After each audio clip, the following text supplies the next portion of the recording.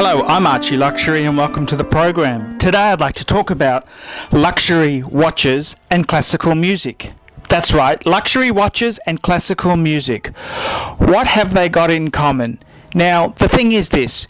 If you go out and talk to the average person in the street and say, what's the best watch in the world? You'll get answers like Rolex, Omega, Tag Heuer.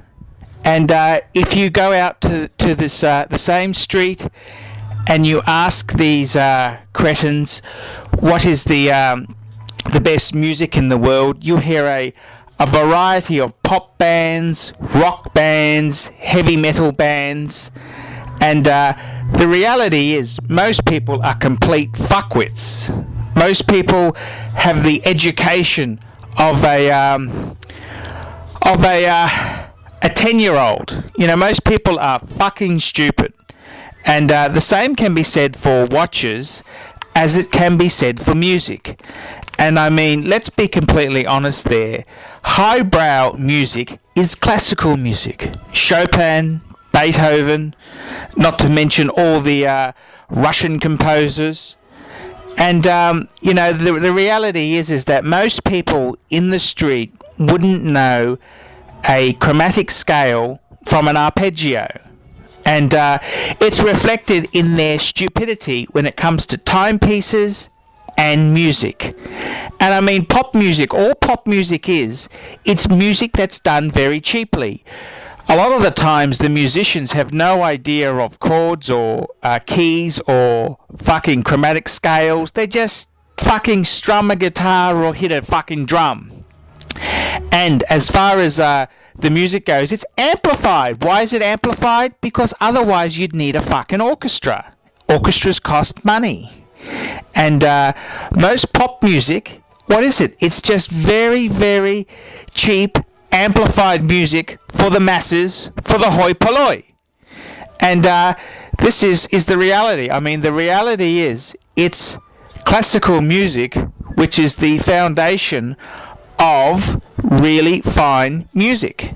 And it's, you know, good classical music. It all relates to keys, it relates to chromatic scales, it relates to so many key things. But pop music is just some fuckwit with an amplified guitar, some loser who can barely sing, and you know, they call it music. And watches is the same. I mean, what is the best watches? Well, I've always said it's Holy Trinity. AP, PP, VC, Audemars Piguet, Patek Philippe, Vacheron and Constantin, and Patek, of course, is at the top of the tree. And, you know, some runners up to that, Jaeger-LeCoultre, because Jaeger-LeCoultre has supplied movements to Patek, AP, and VC. And some other great brands were Breguet, and you know, that's the sort of key brands. And you could even include Lange in those top echelon watches there. But Tag, Rolex, and Omega, they're an okay timepiece, just like I'm sure the Beatles is an okay pop band, but it's no highbrow music. And this is the thing. When we're looking at the best in the world, the best watches are those Holy Trinity members, and the best music in the world is classical.